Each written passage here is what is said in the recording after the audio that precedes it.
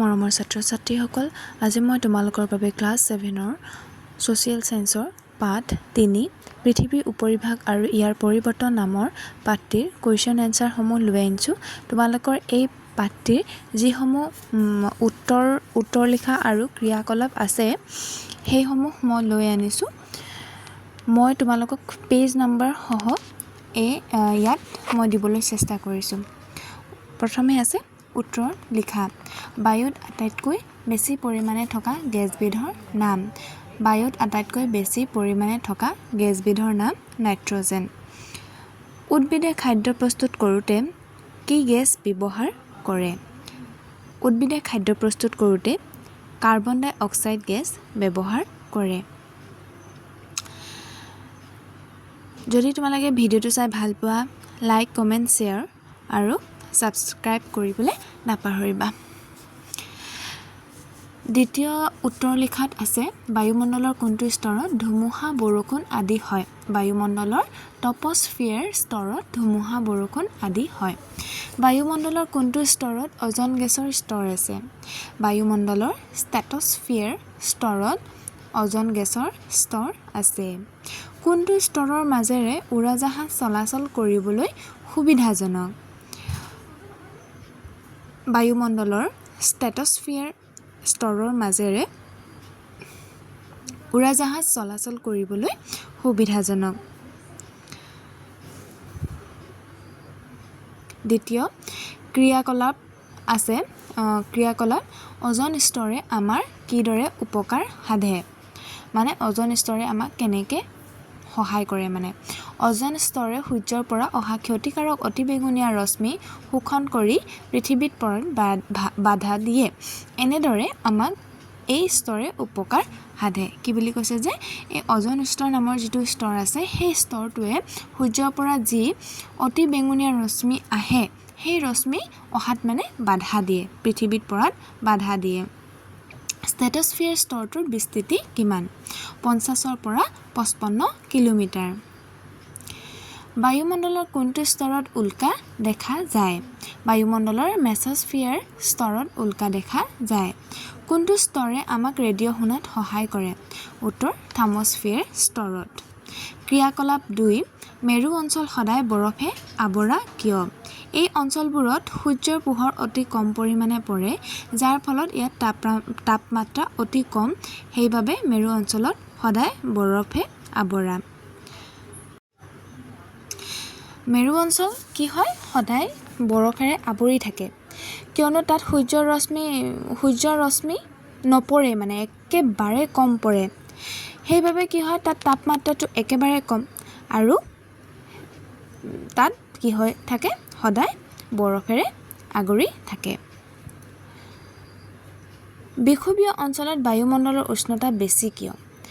এই অঞ্চলত সূৰ্যৰ ৰশ্মি অতি পোনপটীয়াকৈ পৰে, যাৰ ফলত এই অঞ্চলত উষ্ণতা বেছি হয়। মানে এই অঞ্চলবিলাকত মানে খুব গৰম, গম পাইছা? কাৰণ ইয়াত সূৰ্যৰ ৰশ্মি পোনপটীয়াকৈ পৰে।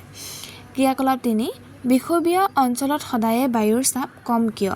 বিষুৱীয় অঞ্চলত বায়ুমণ্ডলৰ উষ্ণতা বেছি, সেইবাবে বিষুৱীয় অঞ্চলৰ বায়ুৰ চাপ কম হয়। মেৰু অঞ্চলত বায়ুৰ চাপ বেছি হোৱাৰ কাৰণ কি?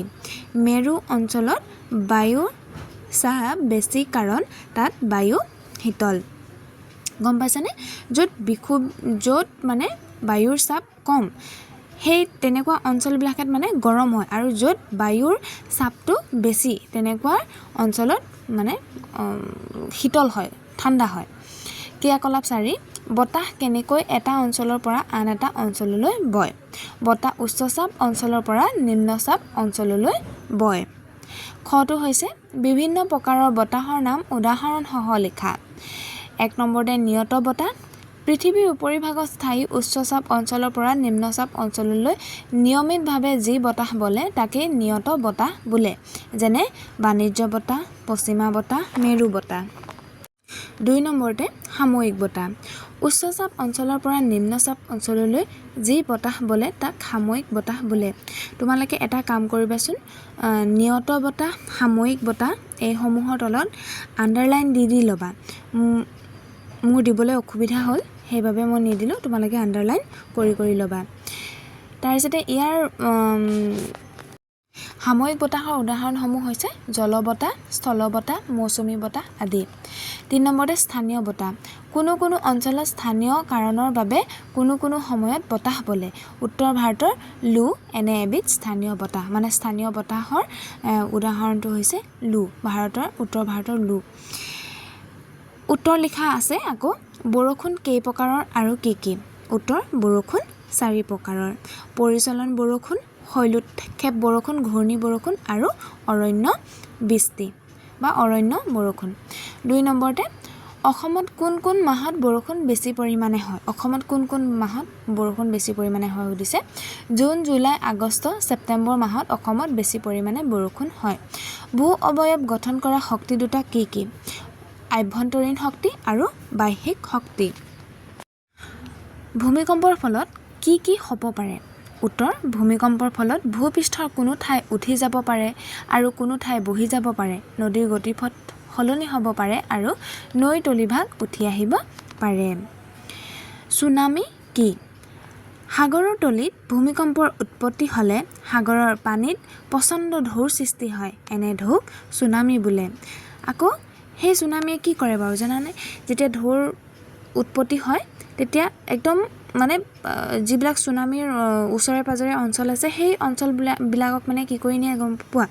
বুৱাই লৈ গুচি যায়, মানে বানপানীৰ নিচিনা সৃষ্টি কৰে, মানে বহুত ডাঙৰ পানী হয়। তাৰপিছতে আকৌ উত্তৰ লিখা আছে নদীৰ সৰ্পিল গতি বুলিলে কি বুজা? নদীৰ সৰ্পিল গতি বুলিলে কি বুজা? মধ্য অংশ বা সমভূমি অঞ্চলত নদীৰ গতিপথ একাবেকা হয়। নদীৰ এই গতিক সৰ্পিল গতি বোলে। প্লাৱন ভূমি কি? নদীয়ে কঢ়িয়াই অনা বালি বোকাৰ গেটবোৰ দুয়োপাৰে জমা হয়। নদীয়ে সৃষ্টি কৰা এনে পলসুৱা ভূমিক প্লাৱন ভূমি বোলে। 3 নম্বৰতে ব-দ্বীপ নদীৰ কোনটো অংশত সৃষ্টি হয়? ব-দ্বীপ নদীৰ মাজ অংশত সৃষ্টি হয়।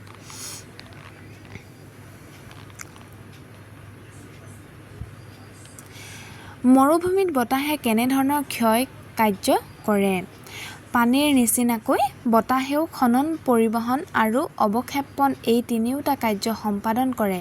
এটা নিৰ্দিষ্ট উচ্চতাৰ বতাহে উৰুৱাই নিয়া বালিৰ কণিকাবোৰৰ খনন ক্ষমতা বেছি।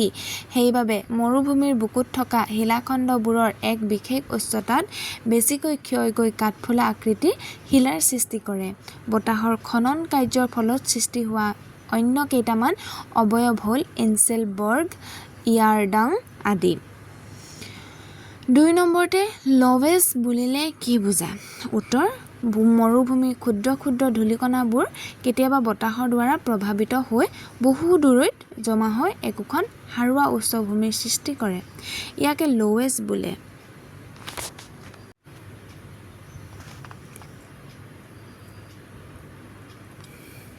হিমবাহ কোন অঞ্চলত খনন কাৰ্য কৰে? হিমবাহে কোন অঞ্চলত খনন কাৰ্য কৰে? উত্তৰ হিমবাহে পৰ্বত অঞ্চলত খনন কাৰ্য কৰে। 4 নম্বৰতে গ্ৰাব কি বুলি সুধিছে। হিমবাহে কঢ়িয়াই অনা শিল, মাটি, জাবৰ জোথৰ আদি অৱক্ষেপণবোৰ নামনিত জমা হয়। হিমবাহে লগত অনা এনে পদাৰ্থবোৰক গ্ৰাব বোলে।